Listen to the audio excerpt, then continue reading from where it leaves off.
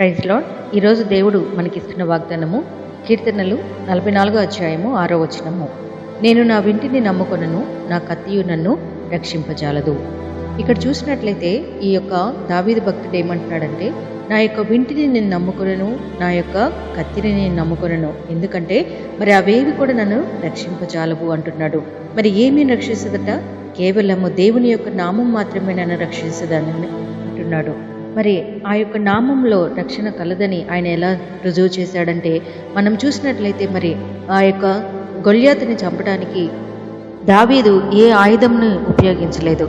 కేవలము దేవుని యొక్క నామంలోనే ఆ యొక్క రాయి విసిరినప్పుడు అంత ఎత్తు ఉన్న గొల్యాతు ఒక్కసారిగా నేలకి పడిపోయాడు.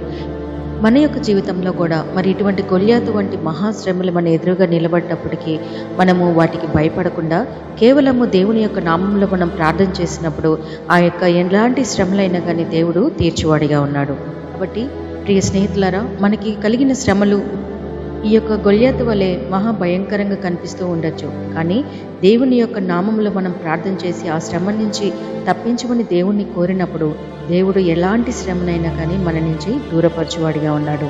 కాబట్టి మనకి మరి మన యొక్క ప్రాణాన్ని కాపాడటానికైనా మన శ్రమల్ని తీర్చడానికైనా ఈ యొక్క కత్తులు కానీ డాళ్ళు కానీ ఏది కూడా మనకి సహాయం చేయదు, కానీ కేవలం యెహోవా నామం మాత్రమే మనకి సహాయం చేసేదిగా ఉంది. కాబట్టి దేవుడిని మన హృదయంలో చేర్చుకొని ఆయనని మనం నమ్ముకొని, దేవా నీ మీదే నా యొక్క భారాన్ని వేశాను, నా శ్రమ నుంచి నా శోధన నుంచి తప్పించేవాడు నీవే అని మనం దేవుణ్ణి ప్రార్థన చేసి, నువ్వు నాకు సహాయం చేయి, ఈ శ్రమ నుంచి నేను బయటపడటానికి నాకు ఒక సహాయాన్ని నువ్వు అందించమని మనం దేవుణ్ణి కోరినప్పుడు తప్పకుండా దేవుడు నీకు సహాయం చేయవాడిగా ఉన్నాడు.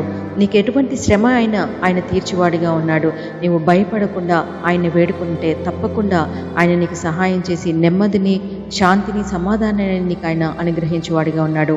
కాబట్టి మనం దేనికి కూడా భయపడకుండా, ఏ యొక్క కత్తి మీద డాళ్ళ మీద మనం ఆధారపడకుండా దేవుని యొక్క నామంనే మనం ఆధారపడినప్పుడు ఆయన తప్పకుండా మన పట్ల అద్భుత కార్యం చేయవాడిగా ఉన్నాడు.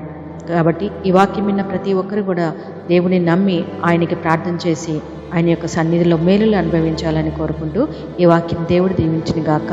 ఆమేన్. ప్రార్థన. ప్రేమమైన నీ పాదాల స్తోత్రం చెల్లిస్తున్నాం ప్రభా. నిజమే తండ్రి, కత్తి వల్ల కానీ డాలు వల్ల కానీ మేము విజయం సాధించలేము, కానీ అయినా నీ యొక్క నామం వలన మేము విజయం సాధించగలం ప్రభా. అయ్యా, ఈరోజు మేము ప్రార్థన చేస్తున్నాం, మా శ్రమని మా శోధనని నీ ముందు ఉంచుతున్నాం ప్రభా. ప్రతి శ్రమ నుంచి శోధన నుంచి మమ్మల్ని విడిపించి నైనా ఈ యొక్క రోజు తండ్రి మాకు సంతోష ఆనందాలను మాకు దయచేయమని, నీ యొక్క నామంలో మేము విజయం పొందుకునే భాగ్యాన్ని, కృపని మాకు అనుగ్రహించమని యేసు నామమున అడిగి వేడుకున్నాం మా పరమ తండ్రి. ఆమేన్.